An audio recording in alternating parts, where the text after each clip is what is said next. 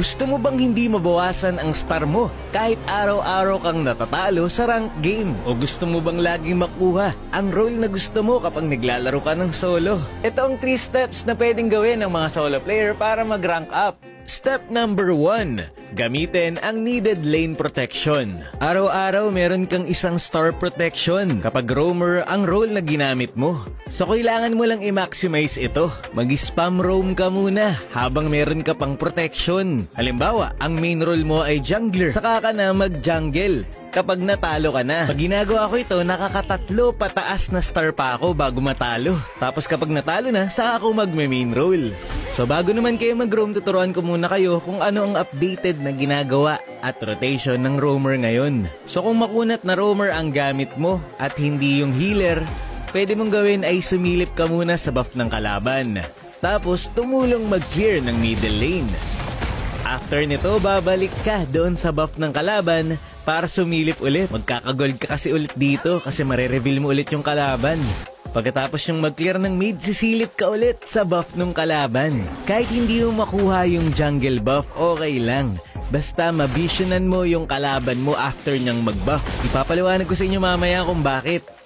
Tapos ayan, tutulong ka syempre sa turtle. At guguluhin mo lang yung jungler ng kalaban para mahirapan siyang makaretry. So bakit nga ba importante na magkaroon ka ng vision doon sa jungle ng kalaban pagkatapos kunin ito ng jungler nila?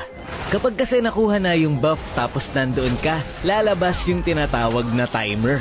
Ito yung 15 seconds bago lumabas yung buff. So ito yung example, makikita mo kung anong oras lalabas yung purple buff. Kaya mapepredict mo kung nasaan ang jungler at alam mo kung saan siya magro-rotate. Kapansin-pansin na ginagawa ito ni JP. Dumadaan-daan siya sa jungle ng kalaban para maorasan ito. Minsan nga kapag delikado, inaantay niyang matapos yung buff bago siya sumilip. Para lang talagang magkaroon ng oras yung buff at alam nila kung ano oras pupunta doon yung kalaban na jungler. Yun, tapos ang pinakatas mo lang ay tumulong sa mga kakampi mo na nahihirapan. Galingan mo lang syempre kahit may protection ka. Step number 2, kapag natalo ka na, eto na. Ibabalik mo na ulit yung role na gusto mo.